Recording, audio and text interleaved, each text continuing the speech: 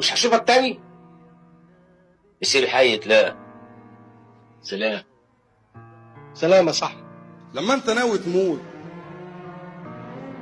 وتصعب الموضوع، ليه سبتنا اتعلق بحاجات هتبقى دموع؟